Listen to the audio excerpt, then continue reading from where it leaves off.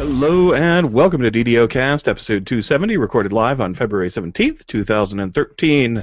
I'm your host, Siegfried Trent. With me is lovely producer and wife, Ann Trent. Say hello, darling. Hi, everybody. And of course, from DDO Gamer, we've got Jeff Hanna. Hello, DDO world. Hey, you can listen to live shows on Sunday, 4 p.m. Pacific time. You can listen and hang out live in our chat room through G+ Hangouts or on the website at ddocast.com/live.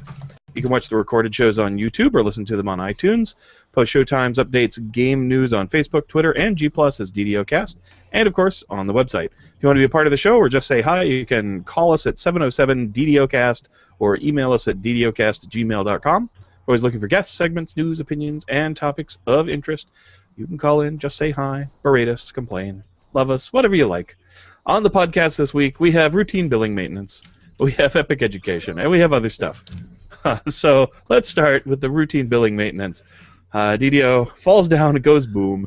As you probably know, Turbine brought DDO and Lotro down for a whopping 24 hours of scheduled maintenance for their billing system, and that was starting on 6 a.m. on February 14th. Unfortunately, they ran into just a wee little bit of a problem of some kind, and not only did you get to spend Valentine's Day with your sweetheart unencumbered by thoughts of playing Dungeons & Dragons Online or Lord of the Rings Online, but that lasted all the way till sometime on the 16th. I'm not sure exactly when they brought him up, but that was around, so more than 48 hours of no addiction available. Yeah, and long periods of, is it coming back? Is it coming back? No, not back yet. When it'll be back, we're not sure. So the forums were jumping. I enjoyed that. There were a lot of forumites that were rolling around, making silly topics, having a good time. People would post, "Oh, I just logged in. Haha, no, I didn't." Evil people. Yeah. So, well, that's how you know you're still addicted, when you just can't stand being away for 2 whole days. Anyway, the technical problems are still kind of continuing. They've got the game up now, but you cannot go to the DDO store. That is not working very well at all. So, fortunately, I was having a good Valentine's Day, so I was pretty occupied for the most part, and kept myself busy. Although I was, missing it a little bit on Saturday. We did some other stuff. So, or was that Friday? Yeah, not sure. Friday. Anyway, Friday. Yeah.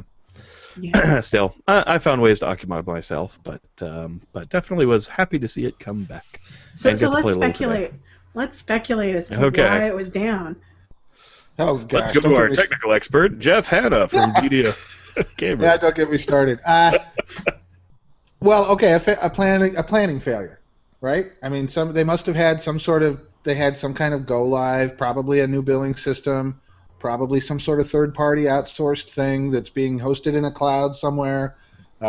Probably a lot of data conversion had to be done to take out all their proprietary billing records and provide new security credentials that would be compatible with the new billing system and in the new cloud, right? So maybe they had to add data elements and credentials that they didn't have to have before. And they've got a ton of data. Converting it takes a long, long time. So somewhere in a meeting, when they were going through and saying, okay, I'll do this step and then that step and then that step, somebody improperly assessed the risk of something, right? So, I mean, when you do, this is going to get so boring. I'll try and I'll talk fast. Okay, when you do risk assessment, you identify something might happen, or in this case, something could take way longer than I thought. And then you say, well, how likely is that? And then, well, what's the impact? Okay, and now well, what's the mitigation? We have to allow for the possibility that they knew all along this could happen, but the difficulty in avoiding it and the cost involved in avoiding it would have been more than the loss of 3 days of game time. Yeah. We know that they knew they were doing something important because they put up a whole 24 hours, which is very unusual. I've never seen that before, really. Mm-hmm. So I don't think routine was the right word, but I think I think their little forum template has the word routine in it, so that's what you get every time. But yeah, they should have said special or major a big update or something else than routine, please. OMG, fasten your seatbelts, billing system going for a ride. Double secret probation update, that's it. Yeah. So Yeah, hard times. It has nothing to do with Update 17, as far as we know. Probably has more to do with like their merger with Turbine, or I mean their merger with Warner Brothers or something. Probably consolidating. If they were really smart about this, and they knew that this was going to happen like months or years ahead of time. Usually, like something this big, years, but you have to know at least a year ahead of time. They plan updates a year ahead out, right? So right now they're probably working on, I don't know, update 22 or something like that. So why not, the next time they do something like this, plan something in real life so that people won't notice that their game is down. So instead of the Turbine Con, come to Turbine Con while we update our servers. I don't know. That might be spreading them a little thin. They need to, they need to have a backup game. It's like Space Invaders or something. You log in if DDOcast isn't working. Oh, that's great. Play this for a little while. So it's instead of the little 3 symbols and the maintenance, this is a scheduled maintenance. 48 hours scheduled maintenance. Right? Yeah, there you're right. Space Invaders, Snake. Yeah, some little DDO themed thing. I don't know. It'd be cool. You could play I don't know, Kill the Broccoli. Yeah, that's right. Broccoli Bring back invaders. the broccoli. Whack-a-brock. Whack-a-brock. There you go. Get on it, Debs. But Turbine loves you, so mostly. So there is some downtime compensation. It used to be when the servers would go down unexpectedly, people were like, am I going to get paid for this? And in this case, yeah, you kind of are. VIPs are going to get credited for the days of downtime, so I guess they were down for, 2.5 days? Maybe 3, you might call it. So I'm not sure what they've decided, but basically you're going to get credits for that, plus an extra day, just to kind of round it off. So I think you get 2 or 3 Turbine points too, right? Yep. How much Turbine points do you get? Well, if you're premium or you're VIP, you're going to get 250 Turbine points, which is not a ton, but that's it's nice. It's something. If you're free to play, you get what you paid for, which is a whole bunch of nothing. Sorry, kids. I don't know, 2 days worth of Turbine points. That would be 2 res cakes. The 250, yeah, you get something with that. I mean, that's not bad. That's half of a monthly stipend for a VIP. So, yeah, you can buy something. True. Yeah, or $2.50, as I like to think of it. That's a latte. I'd rather have a latte. Yeah, well, let's see. Yeah, you can buy. They have a hot cocoa. You can get that. I have quite a few of those. DDO Store news, when it comes back, it's not available right now, but they said that they will be extending the current set of offers, which they've put up on the website, but you can't actually access. Auto's Irresistible Box is making a comeback. That's the Stone of Experience plus a bunch of XP potions and loot boost potions and junk like that. Takes you from levels 8 to 16, 6 to 16, it says here for some reason. I think it's 8 to 16, though. Yeah. And costs you like 5K Turbine points or a little bit more than that. So basically, it's like $50. So it's a lot. But I don't know. For some reason, occasionally I'm tempted by it. I'm like, oh, yeah, level 8 to 16. That'd be fun. I'm like, nah, not really worth it. Hey, it comes with a free box of chocolates, dude. I mean, $50 and a free box of chocolates. What else could you want? I want flowers. Yeah, I did get my bonus recently. But I want a hug and a back rub. God damn it. Yeah, $50 gets me a back rub. And a latte. $50 is a back rub and a latte. For those of you that have been on Mournlands, there is a guy that gives up back rubs. Or actually, he gets really upset if you ask him for a back rub. But it's like a Warforged. He'll give you, would you like a bunch of experience points? Or, a back rub? You're like, yeah, I want a back rub. He's like, what? I wasn't serious. I'm offering you the ultimate power, and you want a back rub? Loser, get out of here. So, I like that guy. Free box of chocolates for Valentine's Day. Aww. The code is VDay13. Not sure why it's not VDay14. That's kind of odd, but it's VDay13. You get a free box of chocolates. Maybe they did 14 last year. I forgot to delete it. Well, I don't know if they can recycle the codes or not. I don't know. They should. Yeah, I would think so. 20% off of inventory expansion. If you want more bank space, or not bank space, but I think your actual inventory space. Jewel of Fortunes, Slayer Boost potions, and Bells of Opening. Bells of Opening are kind of handy. I buy those every once in a blue moon. Yeah, I buy stacks of those. Yeah. I mean, they're kind of handy. There's certain quests where you're just like, forget that. I'm opening it. As of 6 p.m. Ooh, pardon me, Eastern Standard Time, DDO Store remains down. They're not announcing an ETA. Yeah, they haven't said when it's going to come back up, but it'll be there when it's there, and those are the things that they will be offering, perhaps additional stuff too, but that's what they have advertised. And I'm kind of looking forward to it. I want my box of chocolates. Those are kind of neat for a low-level character. I'll often give them to my sweetheart. For Valentine's Day, I did indeed get gifts for Anne in DDO. I bought her some Memphic companions and a box, and they have like a golden necklace. What is that you got over there? DDO Valentine. I'm taken with you. Oh my God, that's awesome. I only have eye for you. Very nice, very nice. Yeah, what else? Yeah, there's like a silver necklace. I think I got one of those for her, and something else. Box of chocolates, maybe, or a bouquet of flowers. Yeah, I think it was the flowers. Anywho, I like that those are there. That was kind of fun. It was part of my Valentine's Day plan for the wife. Also bought her a table saw, which strangely she found very romantic.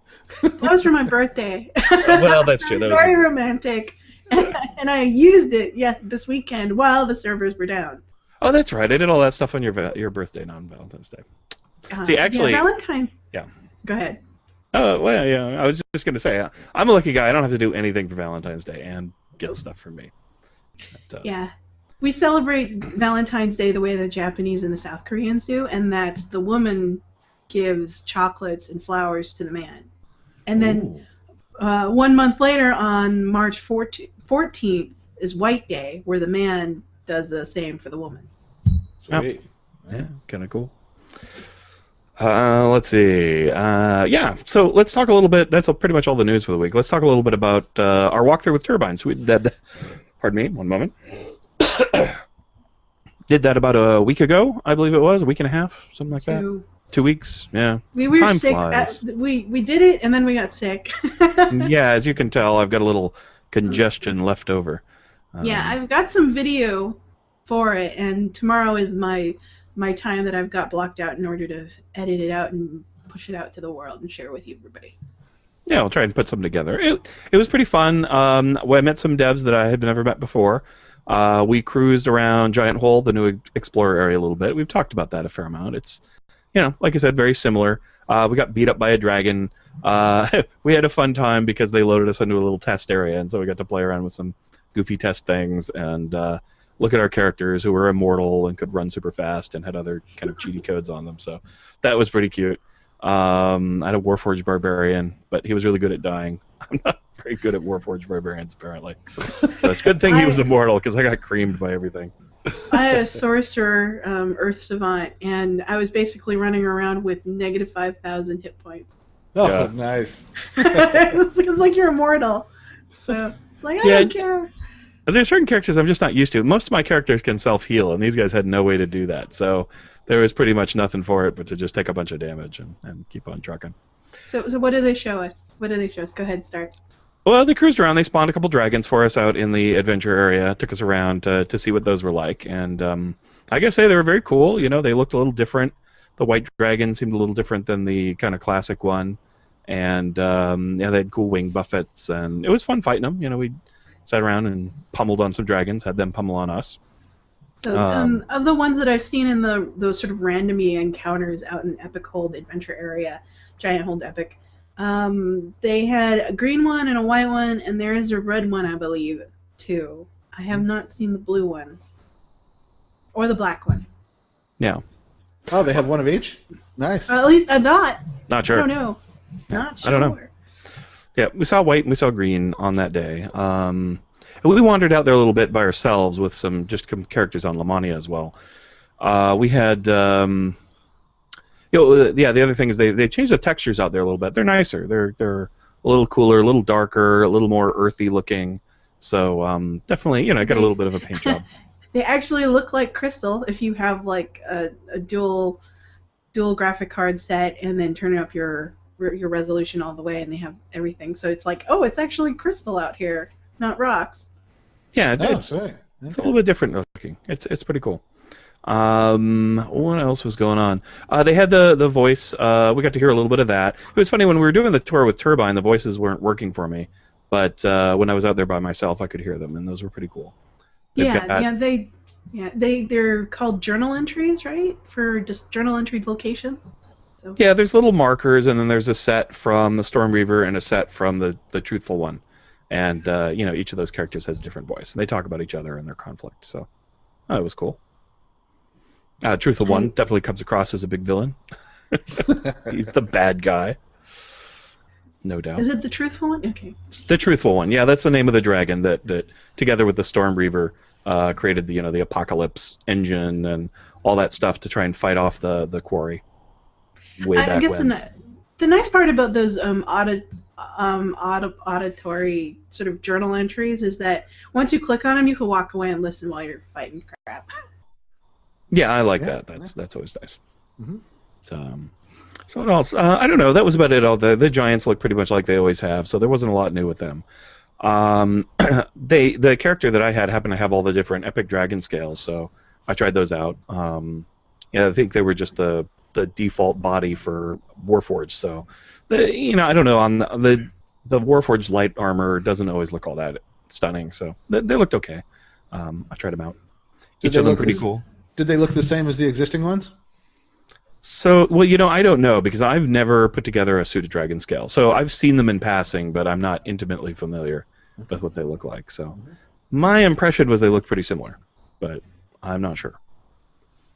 And then we went off to see the new raid. So we popped in there, and I don't want to. I mean, it's just the very beginning of the raid, so I'll talk about it a little bit. It's not too spoilery. So, yeah, at some point we may get spoilery. So if you want to kind of mute it or sure, if you don't want to know anything, don't listen. But you'll experience this the moment you step in there, pretty much, right? So the Truthful One is definitely kind of the centerpiece of that raid. So you're doing battle against them. You're working with the Stormreaver, and you get to see the Truthful One. It's a great dragon model. It's like an undead dragon, but it's different than spectral dragons. So it's more like a big, some skeleton, some flesh, some muscle on it, but mostly skeletal. It's really cool looking. It's a great dragon model. They really did an awesome job making an epic character look pretty epic. So I really like that. You get a nice little conversation there where you get to admire the graphics, which I did. I'm just staring at everything like, oh, that looks really great.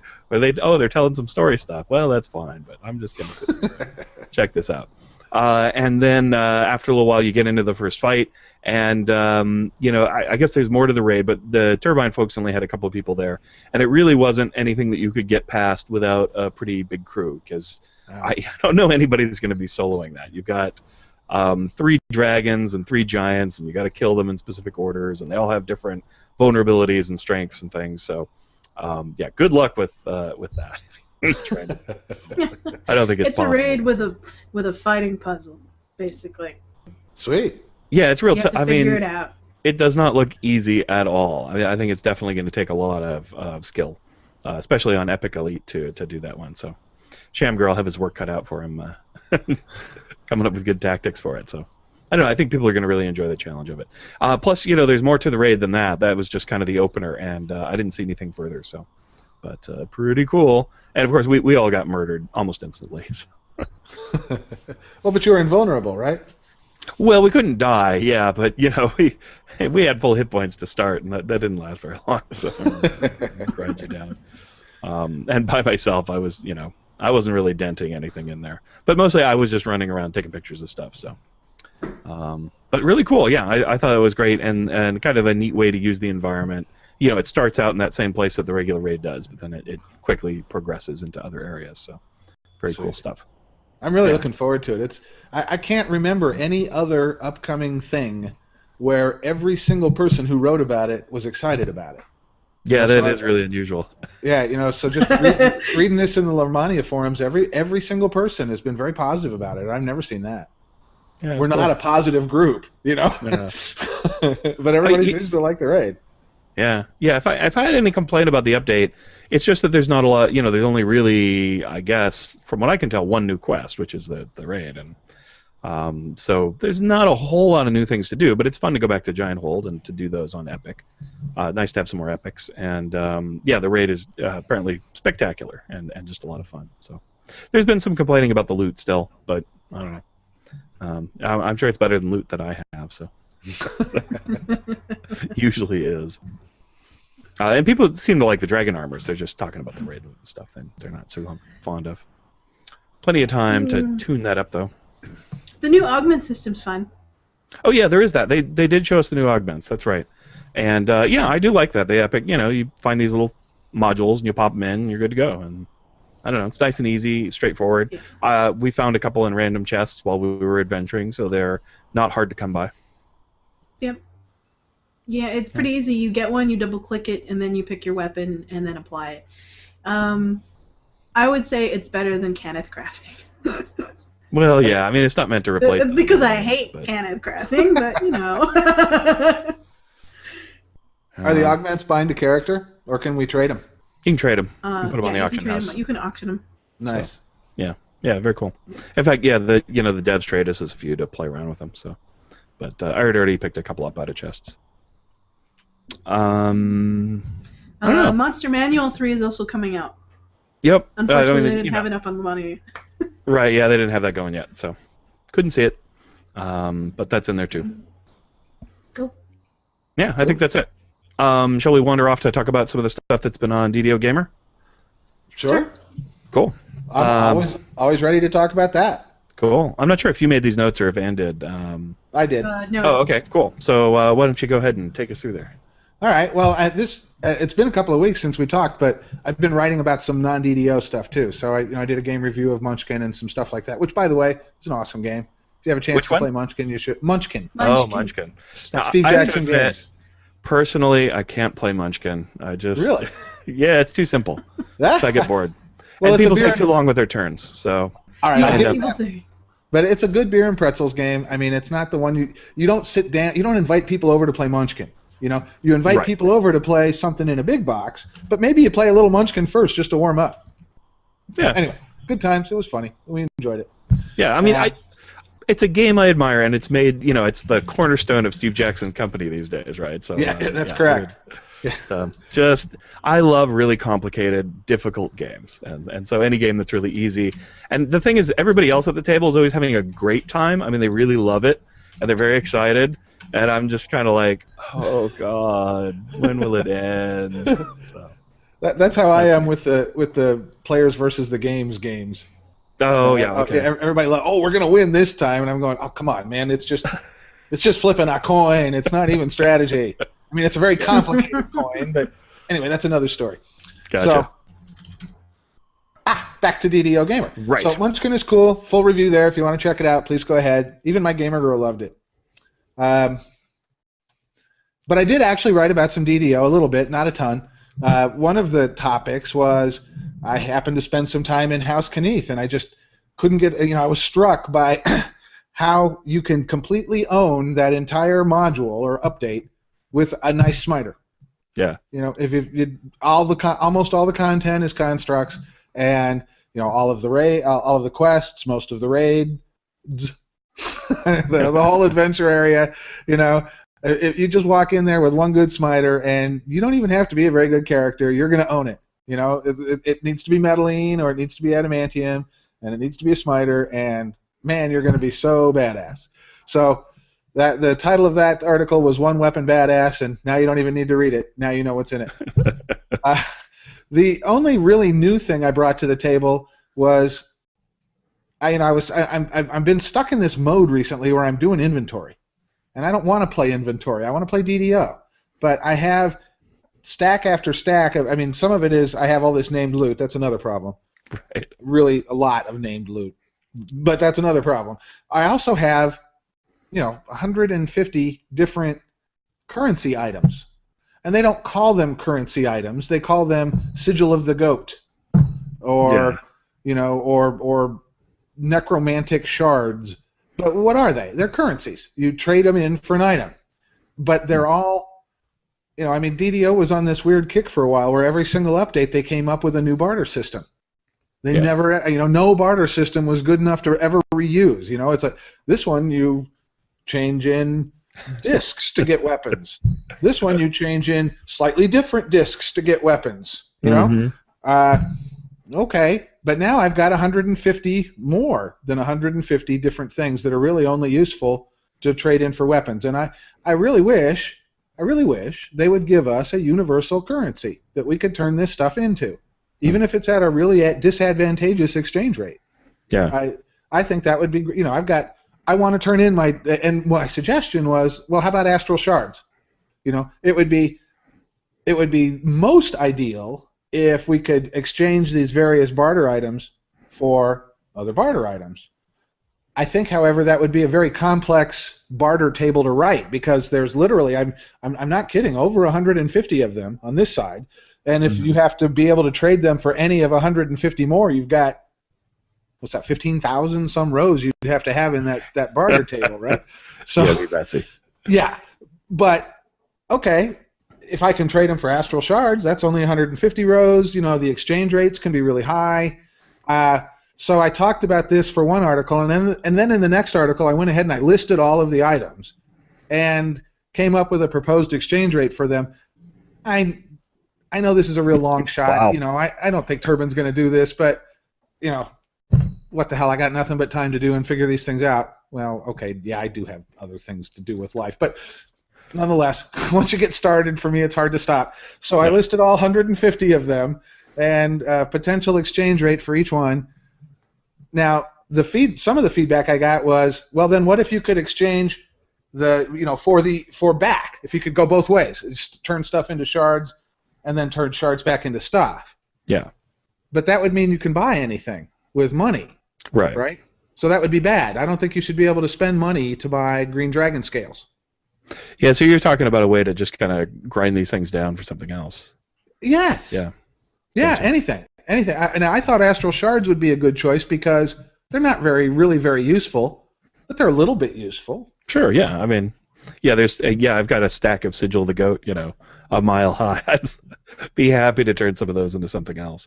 Sure, yeah, sure. No, that'd be cool. I mean, there was the thing where you could turn, I think it was Astral Diamonds or something, into, you could essentially buy sigils in the store, as I recall, from the Lord's March quests to fill out, and I did that once. I bought one of the things because I didn't have it.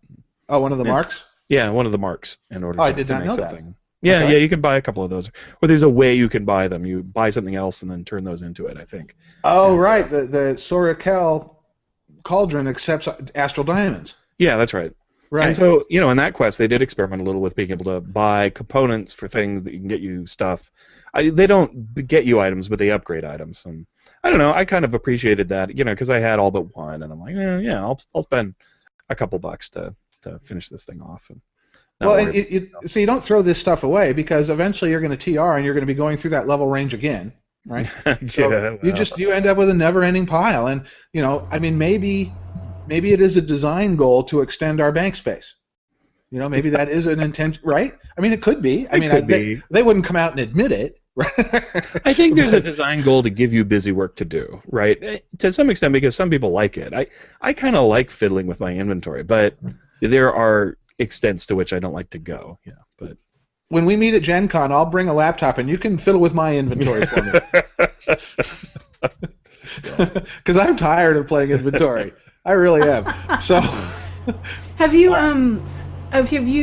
seen this post suggestion called Crafting Stash on the forums? I have not.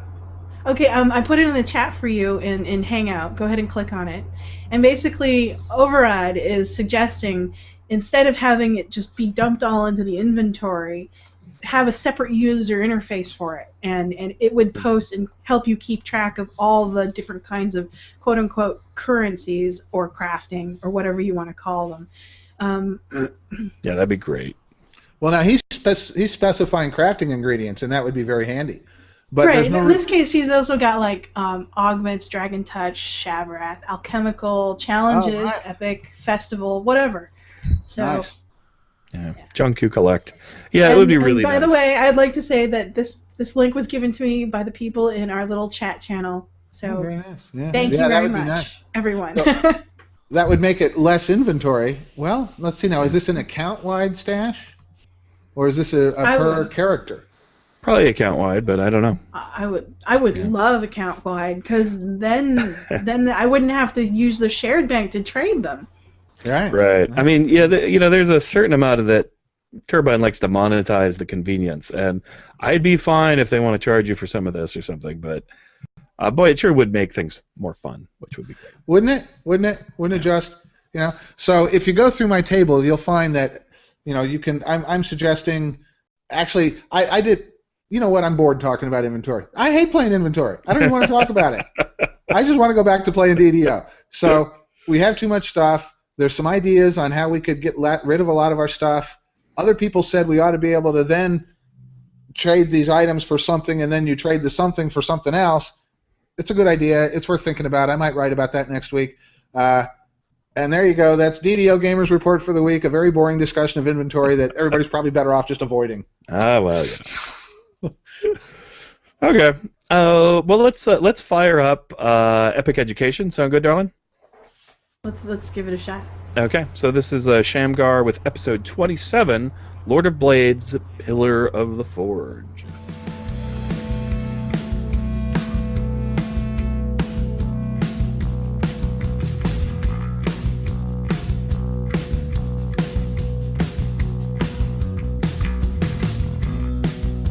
Hello and welcome to Epic Education, a show of tips and tactics for surviving epic content. I'm your guide Shamgar, and this is episode 27, The Lord of Blades Part 5, Pillars of the Forge.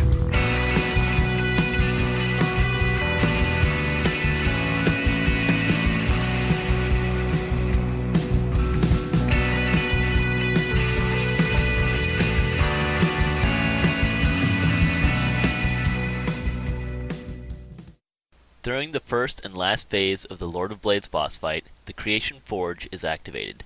To deactivate the forge, the party must destroy the conduit pillars that are active. There are 12 pillars placed in the arcane sludge that surrounds the main platform, and if you look closely, they are placed in symmetric sets of 4. During the first forge activation, the innermost set of 4 pillars becomes activated, while the remaining 8 do not activate until the final phase.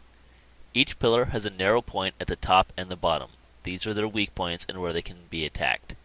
When a pillar is active, these points will glow with a yellow graphic. It can sometimes be tricky to get a hard lock on these pillars, but they are pretty easy to target in mouse look mode. Once you destroy both the top and bottom portion of the pillar, it will fall and sink into the arcane sludge. The pillars are neutral constructs, and their hit points do scale with difficulty. The pillar tops have about a third the hit points that their bottom counterparts have, but they are only attackable through range attack and spells. The bottom pillars are able to be attacked in melee by a player who has acquired the Forge buff. The outer 4 pillars are outside of normal spell range, however, and only ray spells will reach them. While the Forge is active, every 30 seconds or so the Forge will grant a buff. If a player does not grab the buff, the Lord of Blades will. For a player, this buff will increase their damage output, decrease spell point costs, and grant the ability to float for just under a minute. A player will notice 2 icons in their buff bar. The first is a blue icon in the shape of a person. This is the actual Forge buff, and it does not give you a timer. The second icon is a black box with a red slash. This does have a timer, and it indicates how long until you can reacquire the Forge buff. If you enter the center area while the Forge is charging or active before this timer runs out, you will be put into a state similar to Flesh to Stone. The Forge buff will end when this timer reaches about 110. Note, however, that the Lord of Blades is not prevented from acquiring multiple stacks of the Forge buff. To ensure that the Lord of Blades does not acquire this buff, players should keep an eye on the center of the platform to watch for its arrival. The main tank can usually position himself in such a way as to keep the Forge in partial view, and the dog kiter should also keep an eye out for it. Depending on their positioning options, the off-tanks can also position themselves in such a way as to keep an eye on the Forge in full view. Most groups will assign Forge order. If this is the case, and you are next up, you should pay special close attention to the buff activation. However, if this person is slow, anyone who is able should absolutely steal the buff from them. The kiter and healers are usually good candidates for this. The Forge pillars are vulnerable to a few effects that will instantly destroy them, regardless of their current hit points. The first of these effects is a Monk's Void 4 attack. On a Vorpal Strike, this attack will instantly destroy a pillar.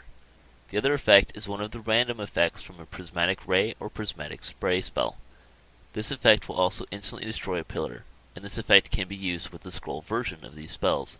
Though if you're using scrolls, just bring the Ray versions. They share scroll timers, and the spray does not reach most of the pillars. Be aware that this cheesy tactic may be changed at a future time, and that it typically takes several casts by these spells to get the correct spell effect on the pillar.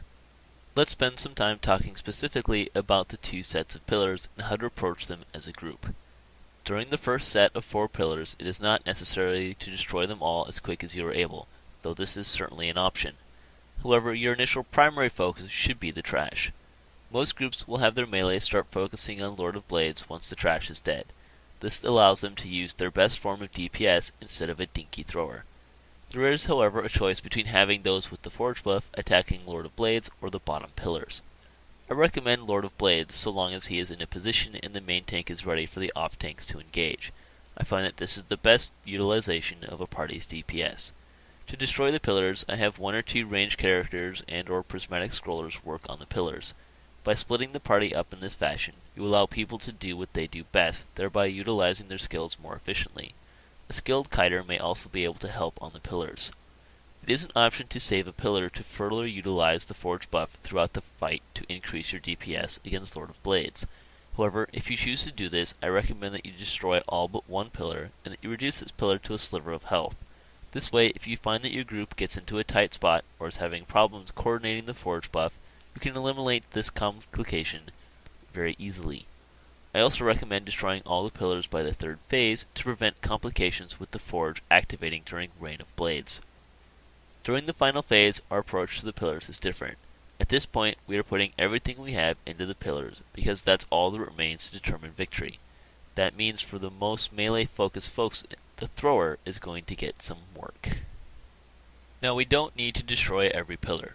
The last pillar or 2 will go down together. This means that any progress on the last pillar is wasted, so we want to focus our efforts for maximum efficiency. The main party will start working on the same pillar. Let's say the pillar at 11 o'clock. Pull out your thrower and begin by shooting the top of the pillar. Once the top is dead, start working on the bottom of the pillar. When you get the Forge buff, jump out onto the arcane sledge and work on the bottom pillar. Make sure that you jump off the platform to ensure proper floating. If you have any DPS boosts, use them at this point because there's nothing to save them for. When a pillar is destroyed, move on to the next in a clockwise fashion, or counterclockwise fashion, and repeat for each pillar. Remember to shoot the tops first. A forged melee can usually destroy at least 1 bottom pillar, depending on difficulty, but they can't reach the tops. Scrollers should work ahead of the main party. The idea here is to avoid insta-killing a pillar that the party of melee throwers had just spent 2 minutes chucking at. Go for fresh pillars whenever possible. Especially on lower difficulties, casters may find it to be far more efficient to primarily use spells. If your party has strong range capabilities, you might focus on the pillar bottoms since they have almost 3 times the hit points for maximum efficiency. Ranged focused characters can focus on pillar tops. Start with the main party, but move on to the next pillars once each top has been destroyed. This will save the scroller some time and scrolls by not needing to shoot the tops as much. Again, keep an eye out for the Forge buff. You will probably have a Forge order again, but make sure Lord of Blades doesn't get the buff. Anyone who isn't in the Forge order should look for a chance to steal the Forge from a slow or dead teammate in the Forge order. That will end this week's Epic Education. If you have any questions, comments, or corrections, you can email me at ddoepiceducation@gmail.com or visit my DDO blog at my.ddo.com/pjstechie. Join me next time as I continue discussing the Lord of Blades. Thanks for listening. Cool. Thanks, Shamgar. Very much appreciated. And we've got more Epic Education to come, not in today's episode, but in future episodes. We got a nice little batch from Shamgar there. He had a productive weekend. So that's very cool. And I believe we'll be finishing up Lords of Blades within that time frame. So see how that goes. All right. Let's do the What You've Been Doing section of the show, where we talk about us playing DDO. Let's see, what did I do? I've been running the Epic Vons a lot lately. Von 1, 2, 3, 4 on various characters, just kind of for experience points. And, I don't know, I like those quests. They're pretty fun. And Von 2 is just a massive, massive pile of experience points. So always really satisfying to go run that for the first time on Epic Hard, Epic Normal. So I enjoy that a lot. The others are pretty good too. Von 3 is a lot easier than you might expect on Epic, actually. I expected it to be kind of painful, but it's really not too bad at all. And Von 1 is actually a little more challenging on Epic than I thought. If you have a character, pardon me, they have some self-healing mobs in there that if you don't have enough damage output or some way to stun them or give them a hard time, it can be really tough to take those guys out. The orange minotaurs cast heal on themselves for a couple 100, 300 points. I'm not sure how much, but quite a lot. They could be tough to take down. Let's see, what else? Respecking my character Seablade, kind of my highest level character at the moment. He's now Paladin 12, Monk 6, Fighter 2, Epic 4. He was 15 levels of Paladin and 3 levels of Monk, and I don't know, I decided that if I increased the Monk levels, I would get a little bit better armor class and dodge out of him, and I wanted to take Stunning Fist. That was kind of my main motivation, and then I wanted to redo my wisdom a little bit, give him some more wisdom to support that, and I don't know, that sort of thing. And I was in Grandmaster of Flowers, so the unarmed damage I wanted to focus a little bit more on, and I'm pretty happy with the change around. I can heal just about as effectively as I could before, which is kind of the main point of the character, is self-healing, and do a little bit better damage, so I was having fun with that. And Stunning Fist is just pretty awesome. Mm-hmm. Yeah, it's ridiculously good. Now, that character probably isn't very good at stunning on Epic Elite. Just doesn't quite have the DC for it. But Epic Hard and Epic Normal, he does fine. And so that's pretty nice. Only problem is he's got the Whirling Blades longsword thing. And so being able to Stunning Fist and having better unarmed damage really takes away the motivation to actually use that ability, because the longswords just aren't quite as good. When there was more Paladin, smiting works a little better with longswords because of the crit range. But I don't know. We'll see. I'll keep that. I kept it on him because he's got a lot of longswords, and it's just kind of fun sometimes. But it's just kind of sad. That feat really usually isn't very useful. It's hard to make it good when you could just go unarmed and attack much faster. Is he Shin Tao? I didn't. Light side, because Fists of Light and Healing Amplification. So he gets 3 to 6 generally off of the punches. And so if you're punching at high speed, getting 3 to 6 hit points every time is pretty nice stream of healing that just kind of comes for free. But I'm very curious, because Shin Taos have a form of smite also. I think you have to have more than 6 level, though. I can't remember. No, you get it at 6, but you have to take the prestige enhancement, which I didn't take because it really isn't very good. I mean, it's got some smites on it, but that's about it. It's kind of bad. So. I've been real curious to find out if it shares a smite timer with Paladin smites or if they're separate. So you can go smite. You could do a lot of smites. Yeah. I'm not sure, yeah. Well, the thing is, going down to 12, the smiting is a little less awesome for various reasons, and so, I don't know, and because I'm in Grandmaster Flowers instead of Unyielding Sentinel, where you get a bunch of smiting bonuses. So, I don't know, he's, the one thing that's really cool about the character that I do like a lot is he works with a bunch of different epic destinies really well. So if you go into, I'm going to forget the name, the Sentinel one, Unyielding Sentinel, you get a really great defensive character. He's a pretty good tank. You can pull some aggro with things that are in there and stuff like that. It helps the self-healing, helps a bunch of stuff. If you go into Grandmaster Flowers, you get a really nice unarmed damage and special moves and kind of cool monk stuff. And then, eventually I'll work my way over to Fury of the Wild if you want to just kind of do DPS. You combine the smiting with the adrenaline thing, and I don't. Yeah, there's just all kinds of neat things. Even some of the spellcaster classes, they give you extra mana or mana regen. Some things like that are really handy. The Cocoon from Primal Order will be really good when I get there. So you just, you can kind of change the character by switching epic destinies, which you can do pretty much on the fly. Not in a quest, but between quests. So I think that's pretty neat. I really like that aspect of the character. Sweet.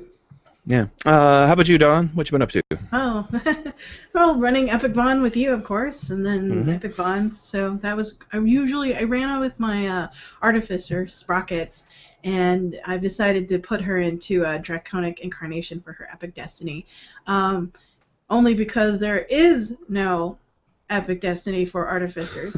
Yeah. So I'm going that route because I find the one for Wizards very boring, and then I've been trying to figure out how to respec my one of my characters, Theris, who is a Cleric 12, Monk 7, Fighter 1, into something a little bit better. So if you've got suggestions out there, go for it. Basically, I wanted some sort of solo Cleric fighter thing. So. I don't know what to do. I haven't played her in like 3 months. So when I don't play a character for that long, it's time to respec a character so I can play it again. I'm probably the wrong person to ask. I'm leveling a two level rogue. I have an evasion cleric with 2 weapon fighting and dexterity based, so I'm probably not the right person to ask. Well, if anybody out there in the internet land has a suggestion, just email me at DDOcast@gmail.com. Cool. Help build Anne's character. And yeah, she's willing to use a bunch of hearts of wood to shift her classes around. So I have a lot of them right now. How about you, Jeff? Well, I finally got my halfling fighter, Chelina Armstrong, the world's strongest halfling, back up to 20, which is awesome for a lot of reasons. Most importantly, I get to get rid of this god-awful armor she's been in. It's been bothering me for weeks. She has one of these mountain plate sets, and I don't know. It's fine looking on a human, but on a halfling, I mean, it's got this shoulder piece that, I mean, it's literally like this big on her, you know? And then it's got another one on the hip that's like, you know, this big on her, and then these little tiny legs, ding, ding, ding, ding, ding. So, yay, that goes away, and out comes the cool looking, you know, epic Deneath heavy chain that she used to wear, and that's how I think of her anyway. She is her wearing that armor. So, yep, and she gets back, a couple of nice mauls. So I'm happy for that. And I've decided I'm going to collect a couple of different kinds of mauls for her, just so that she has a nice golf club bag full of mauls, and so that she has something interesting to do. So I've never actually made an alchemical weapon because it's such a pain in the ass, and I always TR the character before I'm done. But this time I'm gonna make an alchemical tier 3 earth maul just so I have one. And then I want to get her an epic hammer of life too. So I guess I'll be joining the epic Vons alongside you guys, I guess. Hey, well, I just got a scroll for that the other day. Nice. I have the weapon, I have the scroll, but now I got to go get the seal and the shard, and I'm going to be at that for a long time, I suspect. Yeah. And then also, now that I've got Chelina up to 20, the need to run her so constantly has dropped off a little bit. I'm able to go back and get my eventual someday completionist some love too. Really, my main, Mari. This is currently in her current incarnation, Life 6. She's a dex-based evasion cleric. So it's a very effective soloing build, but it's still a dex-based cleric. So takes a while to take things down. yeah, you can't be in a real big rush. And that's what I've been doing. Cool. Let's see what else we got. We have some community news, just a tiny bit, since there was no Chronicle this week. Shamgar's Epic Education number 25 in text form is up on his MyDDO blog. It's also got Building Blocks 24 posted, which is the final installment about microphones, so you can complete your education of the microphone universe. And that's about it. Lightning Post, there wasn't a lot. I got a request for a build to use wands. I'm thinking about that. I don't know that there's really much you can do to specialize in wands other than make a pure artificer, because their capstone gives them they cast the wand spell at their level, so you get much beefier wands that way. And to take the enhancements for wands, and then I think you're about done. Problem is, with an artificer, at least you can shoot your rune arm while you were using a wand too. So I think that makes sense on most levels as the ultimate wanding character. Problem is, you've got a whole lot of build options left over to do something else with. So you're probably gonna, have some other focus for the character. I would say casting spells probably. That's gonna fit in. So kind of a caster version of an artificer. So maybe I'll work that up. But that would be my general guideline. Max out your intelligence, make a casting artificer, and take the wand enhancements. There's no feats that you can choose that will really help at all. Make sure you take the capstone when you get to level 20, pump up your rune arm stuff, and that's going to be your wand character. I'd recommend Warforged, but, And you've got the UMD, you can use Divine Wands, no problem. So I don't think that'll be an issue. So you don't need to do anything fancy there. And you'll be a wand and scroll caster, right? Because it works on both. Yeah, you'll be great with scrolls. I mean... Right. It's a pretty good character. There's nothing wrong with it. You probably also work in pretty much a full regalia of ranged attack stuff if you want. So, or just focus on the casting. Either which way. Still be a good character. It's just really, probably the wand isn't the most useful thing you could be holding in your right hand. But hey, if it's the way you want to play, then go for it. I mean, you'll still have fun with it. If they worked in a mechanic where you could cast wands with your left hand, it might be Pew, a pew, pew, pew, consideration. pew. Yeah, that'd be really cool. That'd be fun. But you get the rune arm, so you can shoot stuff and be shooting your wand. So now at low level, I have fun with wands sometimes. They can actually be kind of decent. The only problem is the artificer, the really cool part of it, you don't get to level 20. So Right. and it'd be nicer if that came sooner. That was my original vision when I first was building an artificer. I was going to make it a wand master. It's just the part of the problem is there's just not very many wands. So your capabilities are going to be very limited by what's out there. Phantasmal killer, yay. Then what? Yeah. Okay, I don't know. Perry from the chat channel says if you take a wizard past life 3 times, you get +6 to wand DC. Oh, that's true. Yeah. Get through wizard past life in there. That makes sense. I can see that. I have that on one of my characters. So, well, only one wizard past life, but wizard past lives are very good. I really like the wizard one. Both the little feat and the stuff you get for it was really nice. One of the better ones. Of course, I have no patience for TRing my characters. I'm like a level 20. I don't want to go to level 23 again and make it twice as hard. So you're never going to have a completionist? No, I have one character that's dedicated to TRing, and whenever he gets a 20, bang, immediate TR. There you go. There's no looking for loot or getting the right gear. It's just the moment I hit 20, boom, next life. And All right. Well, here's a question though. How would your history in DDO have been different if you'd been able to TR from day one? I mean, I know for me, I have 14 alts on my main server, and I would not. Many of those guys exist just because I wanted to play a race up or a class up to 20, and I wouldn't have had to create a whole character for that. I'd probably have 5 characters. Yeah, I probably would have done it a little bit more. Well, especially when the cap was lower. Back when the cap was 10, no problem. But, if the cap was 10, I would totally be TR in right there. Yeah, I'd be all over that. But I don't know. I find it so hard. It's such a long road. My TR is on my second TR, and I'm just like, oh, I don't have a lot of motivation to play him because there's not a lot of immediate reward. So, it's tough to grow. And the other thing is, the current past life is he's a Warforged sorcerer, which is pretty damn awesome. And it's like, I got to scrap this awesome character I made. I don't know. It's kind of lame. Maybe I could just keep him there. No, he's not supposed to be a Warforged. I don't know. So, for some reason, I wanted him to be all the different races as well as he goes along. So. Oh, that's interesting. There should be a separate completionist for that. Like super cool, completionist or something. Yeah, a little race bonus. I think that would be neat, What race are we doing next? I don't know. He's been a Drow and a Warforged, and my previous life he was a half-elf, maybe? He was an elf. He was an elf. That's right. He was a regular elf. Yeah, I had an elven favored soul. He was pretty good. I liked the favored soul a lot.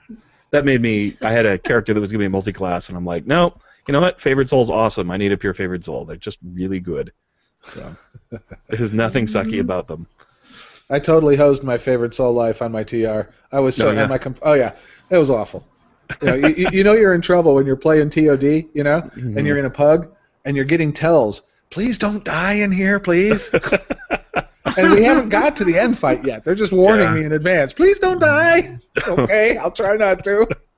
So that was my big contribution. Was I avoided dying against Soroth to get killed. That's sad. Oh God. I don't. You got to have the bad builds so that you really appreciate the good ones, Boy, I don't know. It's hard to mess up favored soul too. You're just like, light beam dot. Heal myself. I had this idea that I was going to make a favored soul archer. Oh, okay. That's tough too. I had one of those. Anne's Those are done really fun. Well, maybe if you do it right, it is. It's really easy to mess up. That was a hard build to make. It was really tough. It's messed up. It was way messed up. Yeah. Oh well. Nothing a little true wooden heart wouldn't fix, Yeah. But when you're TRing, you just wait. You're just like, I'll just grind through it. I'll get there. Yep. Okay. Well, that's about it. I don't know. We got any other supplementary stuff before we sign off? Gen Con is coming. Whoops. Yes, Gen Con. There we go. Oh, yeah. We have to keep on promoting Gen Con. Yes, Okay. everybody. We're going to Gen Con. That's me, All of us. Sig, and Jeff going Yay. to Gen Con. So we will see you there. If Absolutely. you want to meet us. If you're not frightened of us already. So Nothing terribly scary. we will be planning something. We just don't know what. Of course, we always broadcast before sundown. So there's I that. guess here's the question: is like, what do people want to do for DDOcast stuff? I know that we're gonna probably try and have an event or a registered event, and then there's always I know Jeff, you've been there last year, right? Didn't they have like a get together at some bar? They have that every year. Yeah, so we'll be okay. doing Yeah. that. Yeah, Friday night there's a DDO get together, and so far every year there's been a Turban person there, but it's not always official. Yeah. Sometimes there just happened to be a Turban person there as well. Yeah. Yeah, I think it's been the case for a couple of years now. But yeah, no, I mean, we'll be there for sure and doing that. So, and yeah, I don't know who normally organizes that. Maybe it will fall to us. I'm not sure. Somebody does, I assume. So we should. Don't give it to me, please. If you tend to be involved in the DDO get together at Gen Con, send us an email and let us know so that we can coordinate that a little bit. Because we'll need to know what it is, a little bit better. where it's at, and that sort of thing. So, not sure how that goes down. We'll beat the bushes. Okay, cool. That's it. Anything else? Oh well. No? Oh hey, I was just reading on the websites about there's now gonna. Is anybody interested in comics at all? Does anybody I need bought a comics? Batman comic the other day, but it's like one of the only comics I own. So Well, if you're interested in D&D and in comics, IDW Publishing has just announced a D&D miniseries called Dungeons & Dragons Cutter, which is a comic book series expected to show up in your comic book shops around in April. It's a 5-issue series written by R.A. Salvatore and Gino Salvatore. So, cool. I think that's his son. I think. I don't Could know. be. Sorry. But it's D&D and comics. So Sounds good. Yeah, Sweet. I'll plug a friend since we're talking about D&D comics. Our friend Stan, who sells his stuff on eBay, has a website called 4x4 Tunes, I think, like 4x4. 10 by 10? I thought it was 10 by 10. Yeah, maybe. Oh, I don't know. I'm not sure. No, they couldn't be 10 by 10. They're more like 4x4. That would be inches. I don't know, but maybe if you blow them up on a screen. I don't know. Here. Anyway, you can search for Stan webcomic, something like Just that. go to Stanix.com. Do you have a link to his cartoons there? It's STANNEX.com. That's his blog, and his actual like webcomic is called 10 by 10 Toon. 10 by 10 Tunes. Okay, there you go. So it's Anyway. 10x10toon.com, and every once in a while he'll post a webcomic. Yeah. And oh yeah, here's my plug. Go to stanxmart.com to buy his Crouch stuff. his Crouch, eh? Yeah, that's some good No, stuff. It's wonderful stuff. stuff. The temptation and let Life loose on changing. DDOcast is strong. No. She's holding back. So I've got comic books up there. We've got Magic of the Gathering cards. I'm about to put up Werewolf and Vampire, both Vampire the Masquerade and Vampire the Dark Ages stuff, and as well as other World of Darkness our role-playing game materials. So keep Yeah, an and eye apparently out for people that. like those things because we've actually sold those. So that's pretty cool. Yeah.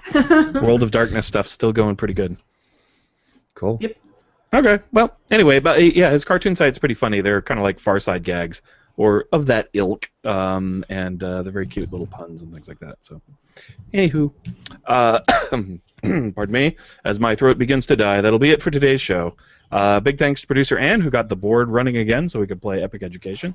Yay! And thanks to Shamgar for giving us a bunch of episodes to play. That'll keep us warm for a while. Big thanks to Jeff there for his golf claps and expert technical knowledge.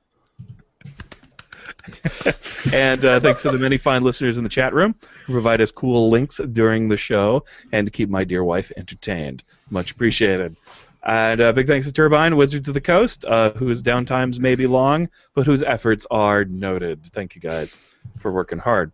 If you want to be a part of the show or just say hi, you can call us at 707-DDOcast or email us at ddocast@gmail.com. Until next time, may your attack rolls be crits, all your chess level are appropriate, have fun, and don't forget to, I didn't put anything there, don't forget to add to the end of the show notes so you have a little line to go out on. Bye-bye, everybody.